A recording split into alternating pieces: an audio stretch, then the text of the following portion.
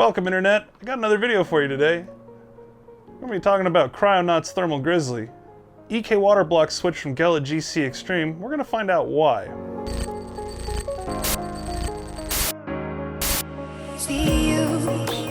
Alright everybody, I'm back. If I sound a little off, it's because I've been really sick the last 3 days and I haven't had time to throw this video together because I've been feeling like absolute garbage. On that note, this is something I wanted to talk about after doing the build for my brother-in-law, Monstera Delicioso, which is on this channel. If you haven't watched that, there'll be an annotation or link either here or both, I'm not sure. But when I was doing that build, I noticed that EK now includes Thermal Grizzly's Kryonuat instead of the Gela GC Extreme thermal paste, at least in the Supremacy Evo water block package that he purchased.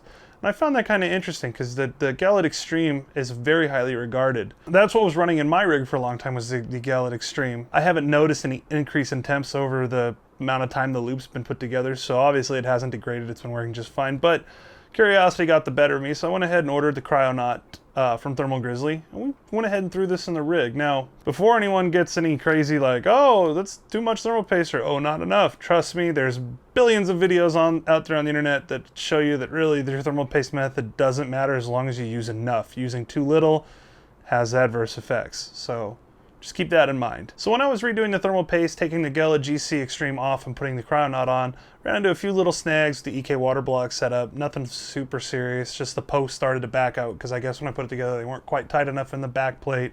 Simple fix, tighten them down, put the thermal paste back on. When doing this, just so you understand the testing methodology, the ambient temperature was the same. It was 79 degrees Fahrenheit in this room, so it wasn't, you know, ideal, but that's what it was when I did this stuff. Thermal paste is basically just an intermediate between the top of your heat spreader on your CPU and the bottom of your cold plate, be it on an air cooler or water block or anything like that. So don't expect massive decreases in temperature if you're already using a well-known thermal paste. Now during the test, I noticed that the minimum temperature was the same across both tests, which shows that I let the system go back into stasis for the water cooling loop before restarting the test. I let that go back to ambient temperatures first, and then we went ahead and restarted the test after applying the Thermal Grizzly. Here's the results. This is what everyone's probably looking for. With the Gela GC Extreme, we'll do that first. With the GC Extreme, my minimum temperature is 37 degrees Celsius. My maximum was 65 and my average was 62.6. Now this was tested using IDA64 system stability test.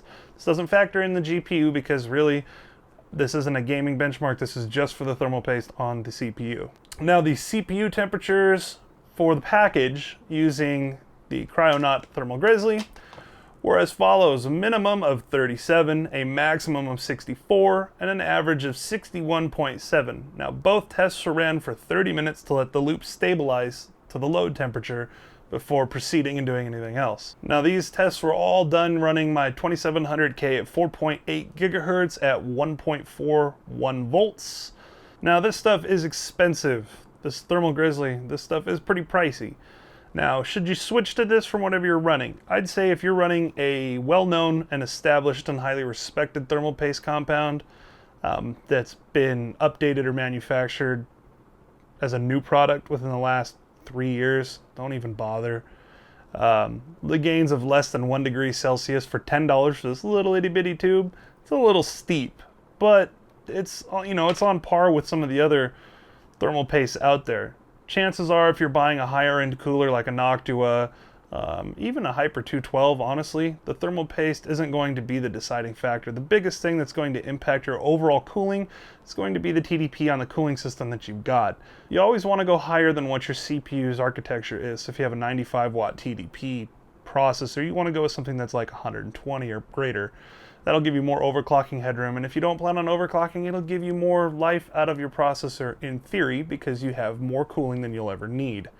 And the way the sockets have gone, chances are if you're buying from a reputable manufacturer of a cooler, Thermaltake, Noctua, Cooler Master, any one of those guys, you're going to have upgradability down the road because the brackets for your cooling system are going to be either purchasable to retrofit an older system to a brand new socket, or you know, you just might get lucky and you can use the same bracket across everything. If you guys found this video, go ahead and give it a thumbs up. If you didn't, go ahead and give it a thumbs down and tell me why. I'll do my best to provide better content. As always, thank you guys. I appreciate the comments, the feedback, and the support, and I'll see you all later. Have a great day.